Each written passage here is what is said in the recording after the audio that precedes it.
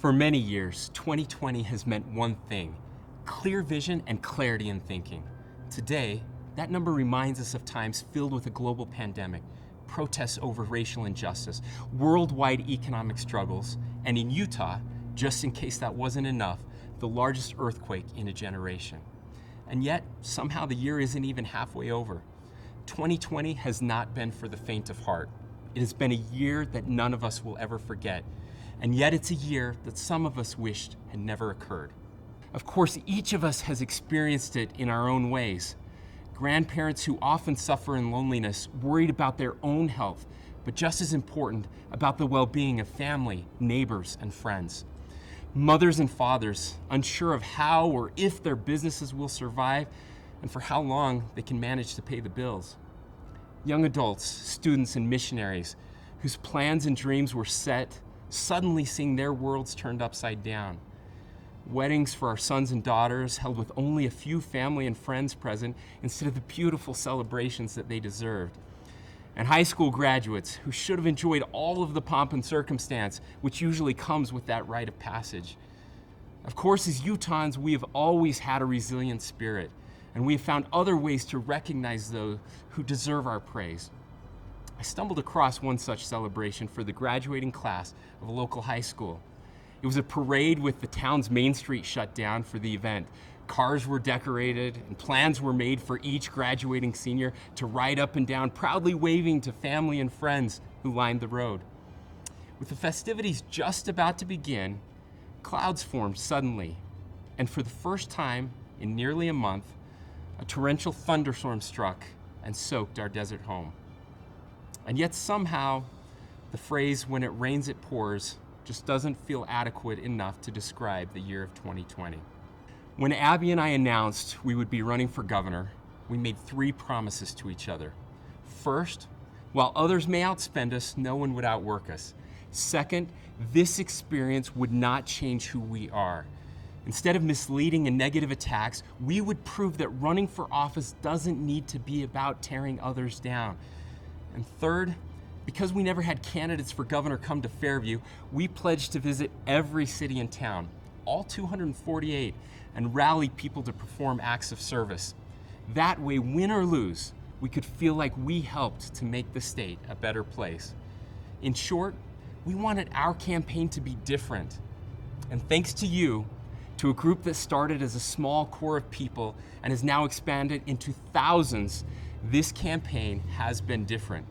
You have made this a movement of people from all walks of life, Wasatch Front and rural, young and young at heart, people who have always paid attention to politics, and those who put up a yard sign for the very first time. You have made this campaign itself a force for good. You joined us from our largest cities to our very smallest, the town of Schofield, population 23. And you rolled up your sleeves to do service projects along the way. Whether it was laying sod in St. George, painting a church in Emory, or planting trees in Coucherum, I'll always remember that good kind of tired feeling we had when the work was done. You volunteered to collect signatures from tens of thousands of your friends and fellow Republicans, making us the only ticket with enough signatures to get on the ballot without paying a signature gathering firm. Even when this pandemic and my duties as lieutenant governor required me to step away from the campaign trail for weeks, you joined my running mate, Senator Deidre Henderson, in calling Republican delegates. And one conversation at a time, you secured an astounding victory for us at the Republican State Convention. Other campaigns had unlimited money and flashy endorsements. We had you. Thanks to you, we have already received contributions from more individual donors than any campaign for governor in Utah's history. And for several months, instead of donating to us, you gave money to your neighbors and communities that were struggling through this terrible crisis. You have made yourself heard through thousands of posts on social media and endorsed by Utah.com. Thank you for your support and for adding your voices to 140 mayors, 50 top business leaders, 55 commissioners and legislators, and of course, Governor Gary Herbert. As all of you and anyone paying attention can see, you have created a movement. What started as a campaign has now turned into a cause, and that cause is about all of us coming together with our shared hopes for what public service can be at its best. It's about the good that comes from doing things together as one Utah. I mentioned earlier our goal to visit all 248 cities and towns. Well, we made it to 205 before this global pandemic changed everything. Instead of large rallies and projects, we're now visiting individuals and families on their porches and in their backyards. We aren't giving stump speeches. Instead, we are doing something politicians almost never do. We're simply listening and learning. It might be the most important thing we've done. We frequently talk about the American dream, this idea that anyone can work hard and become successful. But here in Utah, I believe we want something a little different. Growing up on a farm in our small town, I often heard my parents and grandparents say that our best crop was our kids, and unfortunately, it was also our best export. In the quiet moments, when we've been able to talk and listen heart to heart, I've heard you express something similar. It's something I consider to be the Utah dream. Over and over again, you've said, I want this to be a place where my children are happy, safe, healthy, and successful. And I want to grow old surrounded by my kids, my grandkids, and all of these good people in this wonderful place. Of course, making this shared Utah dream a reality means different things for different people. In rural Utah, it requires a dramatic increase in good jobs so that our children have a choice to stay. Along the Wasatch Front, it requires more affordable housing, cleaner air, and better infrastructure so that our children have a desire to stay. And all across our state, it means not just an economic comeback, but a commitment to the most aggressive upgrade to our educational programs since we became a state 125 years ago.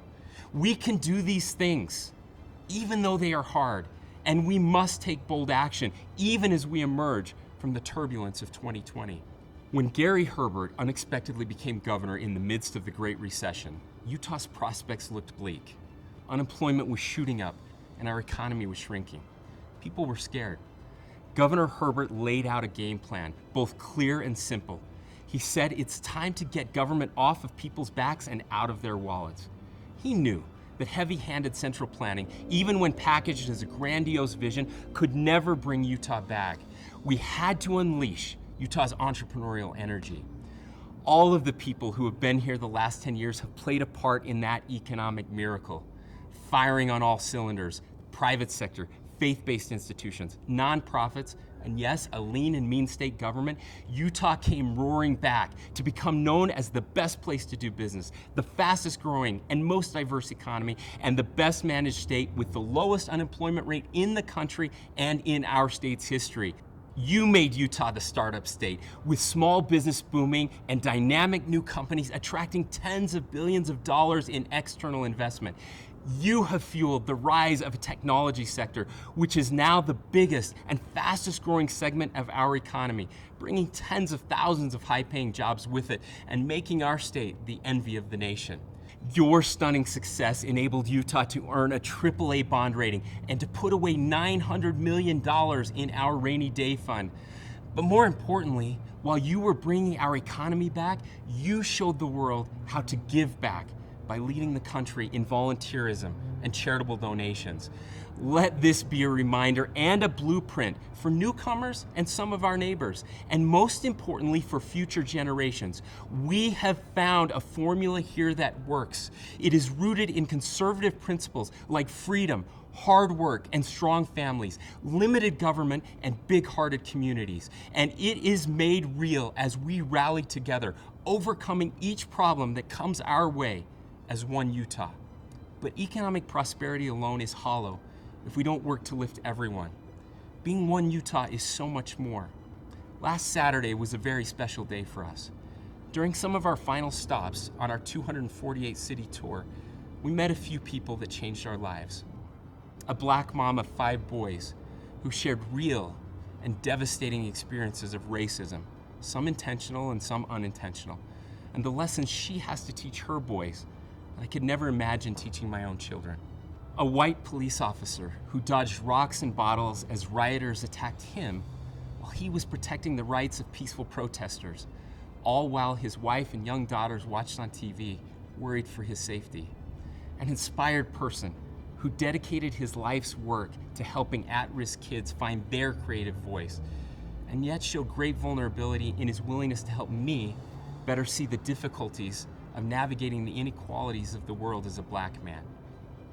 A humble Latino family in a small trailer with 3 kids, one severely disabled, expressing their love for this state and the opportunity they have been given to make a better life for their children.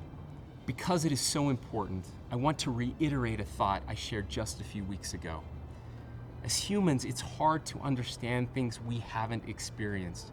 So often we don't even try, or we do try and it might be awkward, and then we just give up and go back to our tribal corners. I've been guilty of it too. We can't allow that to happen anymore. We must be willing to be vulnerable. We must learn empathy. Change can only happen when we understand, and we can never understand until we climb into that pit of fear and pain and sorrow with those who are suffering. We must learn to mourn with those that mourn. In the coming days and months, we will work through critical changes to policies and laws, but none of that will matter nearly as much as the changes we make in our own hearts and minds. And so, let me conclude where we began, back in that graduation parade. Parents, neighbors, friends, even complete strangers standing there waiting for a commencement ceremony unlike any they could have imagined just a few short weeks ago. And then, as if Mother Nature decided to add insult to injury, the skies opened and a freezing downpour drenched everyone and everything. In that moment, I watched Utahns do what they always do. They stood through the rain, and they finished what they started. They clapped and cheered and celebrated, soaked to the bone, for those students, every last one. It's been said that adversity doesn't build character, it reveals it. Utah, over these last few months, I have seen you, and I have never been more proud to call you my home. Your strength has given me hope. It has reminded me again that no matter how dark the storm, there is always the promise of a beautiful sunrise ahead and our shared belief in good things to come. What if 2020 is the year when we realize we're stronger and more resilient than we ever imagined? What if 2020 is the year we commit to judge other people a little less, listen a little more, and try a little harder to love those who are different than us? What if 2020 is the year when we reject negative campaigning and the toxic tribalistic divide in our country and commit to strengthening our bonds and rediscovering our better angels? What if 2020 is the year when we discover the next greatest generation? You see, at the end of the day, all of the rankings and statistics in the world aren't what matters most. Stripped down to our core, no AAA bond rating will get us through this crisis or any future one waiting just around the corner. Top rankings in Forbes magazine are nice, but they won't be the deciding factor in how we come through a storm. When the clouds arrive and the rain descends, and they always will, all that will be left will be our people standing there, side by side, ready to finish what we started. And that's why I'm so confident in our future. Because of you, we will rise up and conquer the challenges in front of us today. Because of you, we will achieve the Utah dream. And together, we will write the next incredible chapter in the story of our state as one Utah. May God bless all of us, and may God bless the great state of Utah.